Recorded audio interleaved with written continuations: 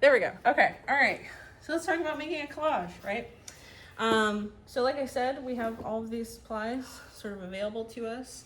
What I like to do is just put all the things that I'm sort of thinking about in front of me, maybe sort of flip through some of them, right? So let's get some magazines and junk mail. You can drive it after this. I can go back in it? Yeah, that's fine. So just grab some stuff.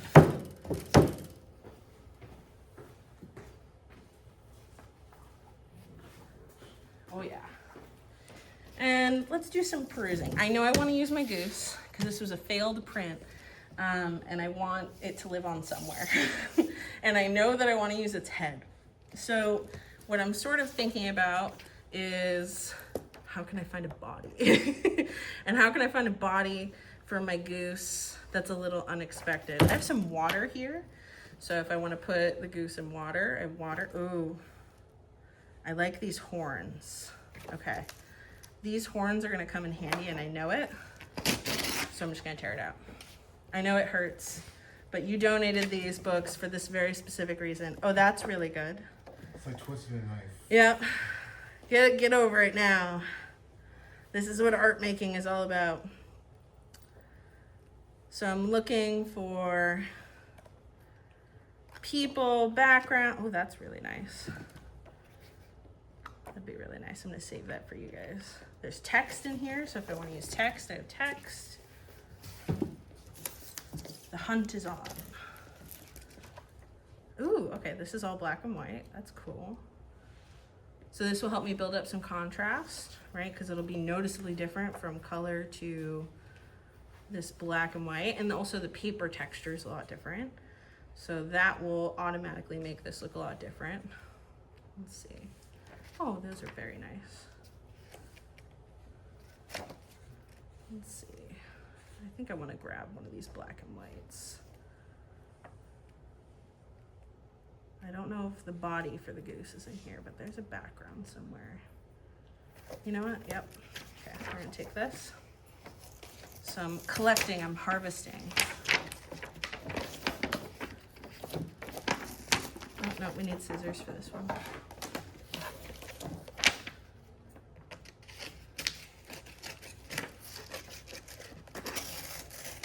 I do this project, well, I did this project. I used to teach children over the summers, like ages 8 to 12.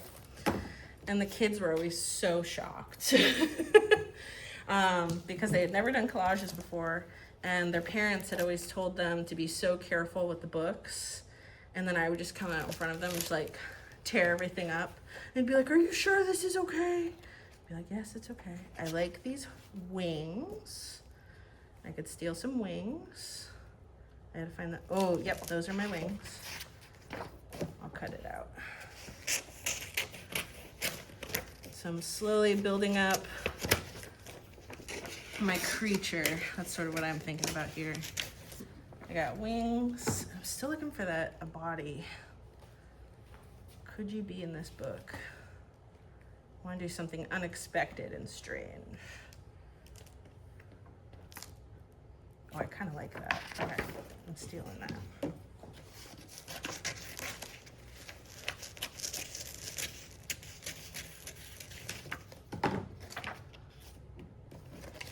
Okay, I think that's gonna be my body. And I'm just gonna flip through these, see if there's anything else that sort of catches my fancy. Let's see. Anything else I wanna steal from here? I like using all these different types of paper. It will inherently sort of like create some interest because there'll be such a difference in the texture. So I really want to find something I want to use in these thinner papers here in the magazines if I can.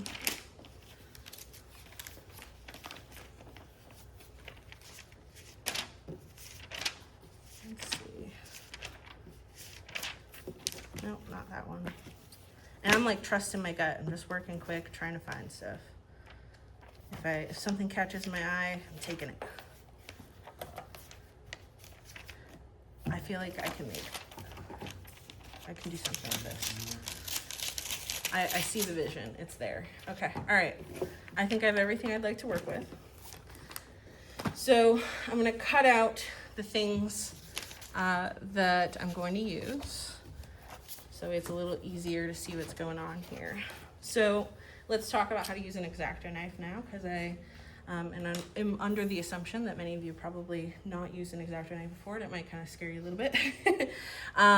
So good rule of thumb is, first and foremost, we're gonna talk about how to properly use your X-Acto knife and take care of it and make sure that it's not gonna cut your fingers. So we always use an X-Acto knife and not a box cutter, because again, a box cutter is technically a weapon, and we're not gonna bring a weapon to class. This is a much smaller, safer blade. The worst thing that it can really do is maybe give you like a little bit of a paper cut. Or if you're wearing open-toed shoes, which I don't think anyone is, it could drop down and hit your toes, which is not pretty. So that's why we wear closed-toed shoes in this class. I would hate for that to happen to someone. So breathe a sigh of relief. It's not going to kill you. If you do get a paper cut or something like that, I think it's by the sink over there. We have some Band-Aids. So if something does happen, don't panic. We have the technology to fix it. When we cut, we have rulers up here too. So if you would like a really perfect straight edge, these are here for you. I'm going to be, for this one, cutting out the contour of this nose, so I'm not going to use a ruler for this, but there might be something over here that I want to use a ruler on, okay? We always cut on the cutting mats, so you'll see at your table, there's all these cutting mats. They're called self-healing cutting mats. They're exactly what they sound like, they self-heal. So you can put pretty much any amount of pressure down and it won't damage this mat. If you cut on your table or anywhere else, it will damage it. So always make sure you're cutting on the cutting mat. I know a lot of the cutting mats look dirty. That is because students have abused them. We're not going to abuse them. So the only thing that these should be used for is when you're cutting something with an X-Acto knife. If in the future we're painting, right? I know some of them have paint on them. We don't paint on top of the cutting mats. So what I like to do anytime the acrylic paints come out is I just make a pile and we just put all the cutting mats somewhere else and then we put them back when we're done. If we're using the rubber cement, I also don't want rubber cement getting on here. This is much harder to clean than the table is.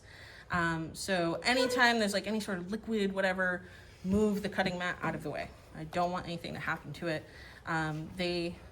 If too much crap gets on them, we do have to throw them away and get new ones, and they're not cheap. So I wanna keep them for as long as we can, okay?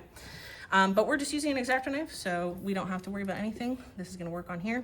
So when I go to cut, I'm going to just press down into the paper, and I'm going to make sure that it's not gonna slip and slide on me, so maybe I'll put a little bit of extra pressure down here. And I'm just cutting right through. I'm not putting down like an extreme amount of pressure. So if you tend to be really heavy-handed, you don't have to push down any harder than you usually would. If you're really light-handed, maybe you have to push down a little harder than you usually would. You can follow curves with the X-Acto knife. So if you look closely here, I'm just following the curve, almost like I'm drawing of this contour of this face. And I can sort of turn it as I'm going. There you go. All right, and now I've got this side profile to work with, right? When you're cutting with your X-Acto knives this semester, if you just bought your X-Acto knife, this probably isn't a problem. But if you're using one that you've had for a couple semesters now, because I know other classes use them, and you're getting like these weird deckled edges, right? So like the pieces of the paper are sort of like peeking out, that probably means that your blade is dull. We have replacement blades. So if you notice something's wrong with your blade, just be like, hey, I need a new one, and we'll get you a new one, okay?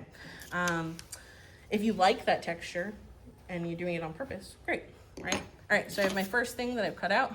I'm gonna just stick her right over there. I'm gonna grab my little goose head now, and I'm gonna do the same thing. This is a thicker paper, so I need to press down a little harder than I did with that magazine. Like I said earlier when we were talking about gluing, anytime you're nervous about something, I always just recommend doing a test. So if you're using like a different material that can't predict how it's gonna work, do like a little cut over here and be like, okay, how much pressure do I need to put down, right? If you are using, like we talked about, CDs or fabric, different things, do a little test, right? Find out if an X-Acto knife is the right tool. Is a knife a better tool? Is, if you're using like a CD, is a hammer a better tool, right? Think about what the right tool is for the job, and if you don't know, I will help you. There we go. We got our little goose head. Frankensteining this together. I want to cut out this circle here, so I'm going to be very careful as I do this. I always try and be very mindful about where my hands are. So if my knife were to slip right now and do this, it just does this, right? It just goes off in space. If my hand were to slip and my hand was here, it cuts across my whole hand, right? So I'm very mindful about where my non-dominant hand is. And I'm mindful about if something slips, because it does happen, right? It can happen, something can slip, maybe you're not used to it, right? You haven't done this before. Just be mindful about where that slip might happen. You also don't want it to like slip like this. So don't like be standing right in the crossfire of a potential slip with your X-Acto knife. Another great thing about making multiple of these collages is that if you have not used an X-Acto knife before, this gets you really used to it right away, right? Because you'll learn how much pressure to put down, what it feels like when your knife is dull, how you can get a curve, right? Because this will not be the last time that we use an X-Acto knife this semester. Sometimes we'll use it to trim paper down to make it the right size. Sometimes we'll do another collage, right? Oh, looks like I missed this edge over here somehow. And if you're worried about it, just go slower and be more careful. All right, so we got a circle over here. I'm gonna be really careful trying to get these little wings out. If you want to get more detailed, you can. If you want to, especially with things like these feathers, maybe skip over some details, you can. It's up to you. That is your decision as you're working. If you want to work like Wangechi Mutu, right, and just hunt for textures and sort of build compositions up like that, you can do that. You don't have to cut out specific people or objects or things like that.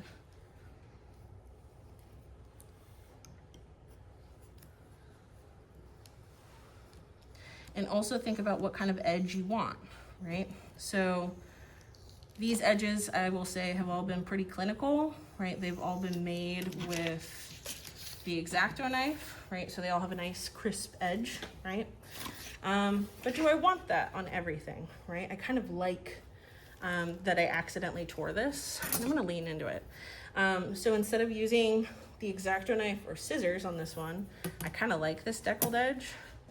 So I'm going to purposefully do it with the ruler. So I'm gonna tear it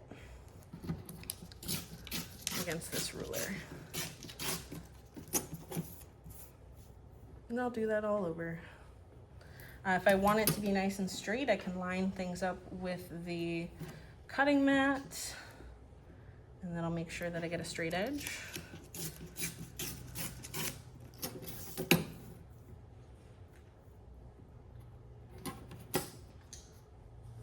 I'm just sort of trusting my gut here. I think this might be kind of cool. So I'm gonna do it.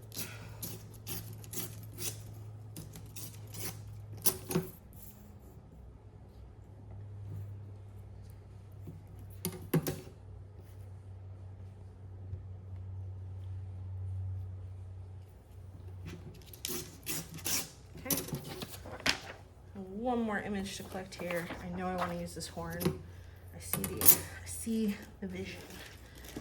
Find my X-Acto knife.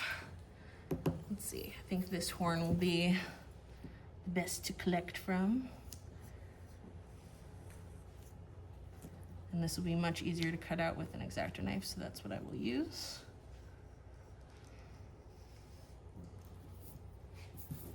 Use the right tool for the job.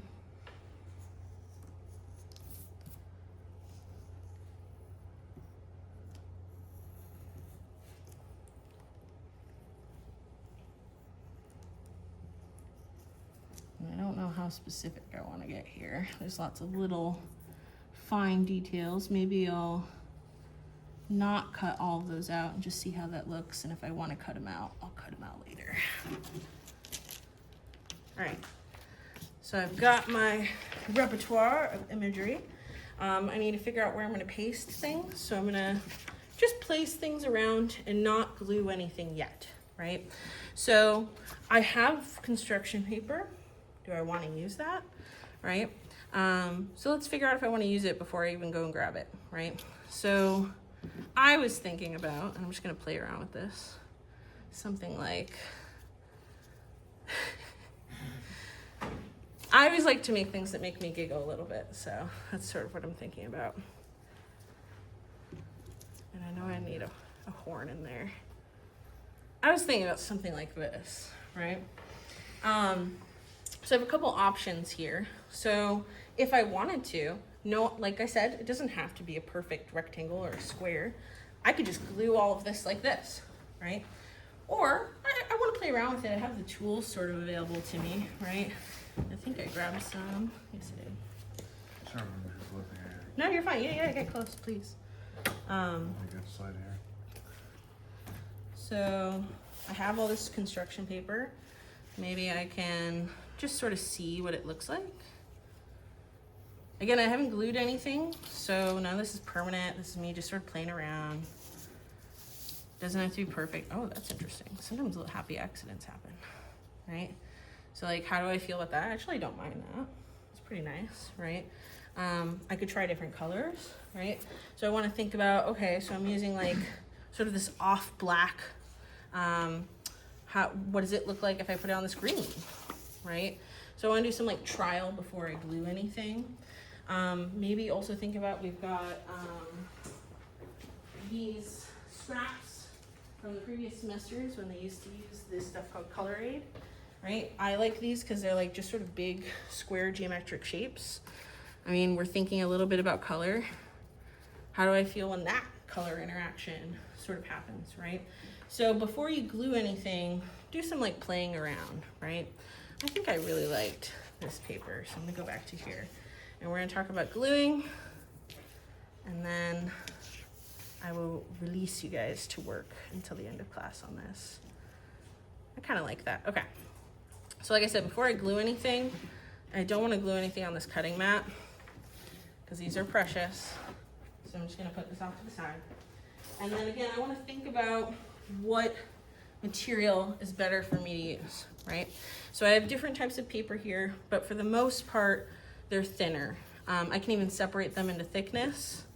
So these are all thin, these are all thicker, right? You can, when you touch it, it's like tactile. This feels noticeably different than this does, right? So if I'm gonna use rubber cement, I might use it on these thicker items. And then if I'm gonna use the glue, I'll probably use it on these thinner ones. It'll be more successful on these, right? So I'm gonna glue these one at a time. And both glues are a little forgiving, right? Rubber cement's pretty forgiving, I will say. So if you need to pick it up and place it somewhere else, you can, even after it dries. The glue sticks, not so much, right? So if it's dried, you can't move it. If it hasn't dried, you can sort of move things around, right? This goes back to like kindergarten, right? Just want to make sure I have enough glue on there for it to stay stable. I'm going to mess around a little bit with this placement. Press this down.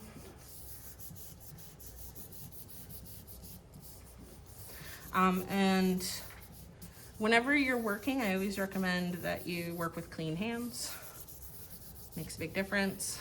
So if you're working with like old drawings or something like that, make sure that you're sort of washing your hands in between or when we're painting, right? Unless you want that texture to transfer on there.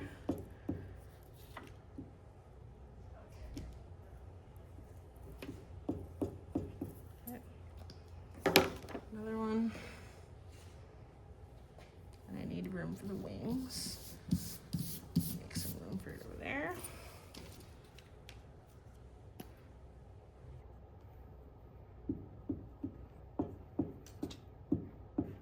If we make a mess on the tables, like I said, it's easier to clean up on the tables. We have sprays, so at the end of class, if you make a mess, just wipe down the area that you were working in.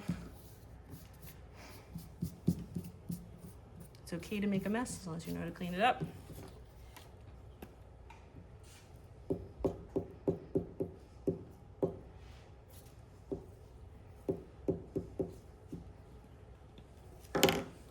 Get my wings on there. Yeah, I'm gonna let that go off the edge a little bit. I like breaking the rectangle, that's fun.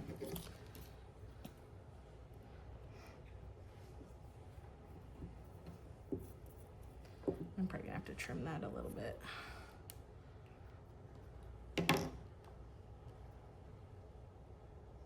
There we go. Okay, now we are on our thicker materials. I'm gonna make a little mark where I want this to be trimmed. I got some pencils over here. Do it on the back.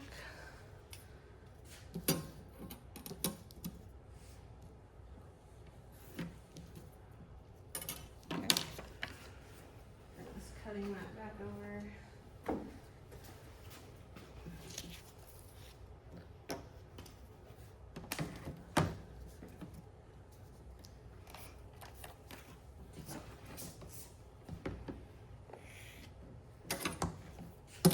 So another thing I want you to think about, especially if this is your first time making a collage, and I did this on purpose in my demo, is not being afraid to use like multiple different things.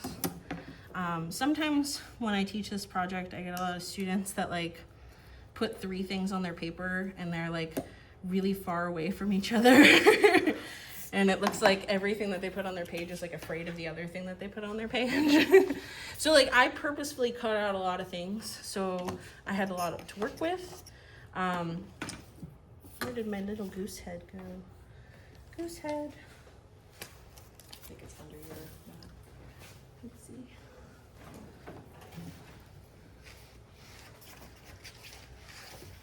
Oh, it disappeared. Ah, there you are, okay. All right. Now we'll talk about the rubber cement. So we'll use this also throughout the semester. It's not just for this project. So it's in this can that looks really scary, but it's not really scary. Like it won't kill you if it touches you. I would just like promptly wash your hands. If you got the kit from the bookstore, there's also like this thing that looks like a eraser. I think it's like a triangular or a little square shape. It's called rubber cement pickup. If when you glue things down, it leaves some sort of like a residue. Sometimes students like spend the whole day like picking at it. The rubber cement pickup just erases it and gets like the residue off your paper. So just use that and it will get it off. When you open it, it looks like this and it smells really bad. So don't stick your nose in it. I'm sure it like eats your brain cells. So just be mindful, especially if you're using it at home. Like I would use it in a well-ventilated area like this classroom. I wouldn't like be in your closet using it. Not great. I'm gonna grab just a little something because I don't want to get a scrap sheet of paper. I don't want to get rubber cement on here. So I'm just gonna turn this over. I don't need a lot. There's multiple different ways to use rubber cement. I have a video on it in Canvas, so if you ever want to watch it again, you can. but it takes a little longer to dry than the glue sticks. And because of that, I'm gonna just get glue on the back of both of these and let them sit for a second, and then I will put them on my paper.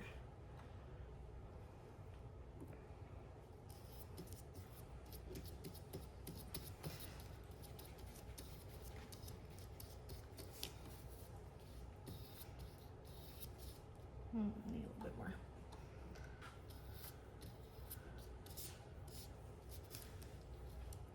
Like I said, you can touch it. Like, it's not gonna kill you if you touch it. I'm gonna fan these for a second. It's still a little too wet. It should feel like a little tacky when you touch it. And I feel like that paper absorbed a lot of it. I might add some more on there.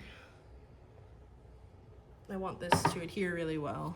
This is a thicker paper, so it'll be a little bit trickier.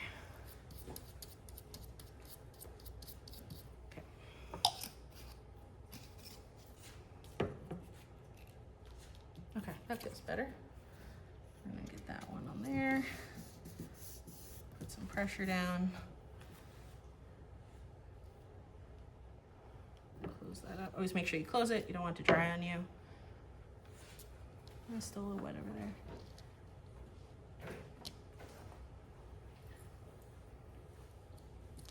Just a little wet. Okay, there we go. And then I'm gonna put you right there. And then when this fully dries, that's when you'll be able to tell if you need to grab your rubber cement pickup. You'll see it'll leave like a little residue in areas that are a little hard to see when it's still wet. It's lifting a little here on the edges. Use a little bit more. And it's not gonna kill you. It will be okay. It just smells a little funky. And there we go, all adhered. My silly little goose with a horn. Yep. So you'll make at least 5 of these. They should be around this scale, maybe a little bigger, maybe a little smaller. Remember, I just don't want them to feel like really tiny and hard to see from far away, okay? If you are worried about keeping them safe, like I said, you can, when you finish them, put them in the back on the shelves. I just recommend you put your name on the back of each of them, okay? Does anyone have any questions? I'm gonna turn this off here.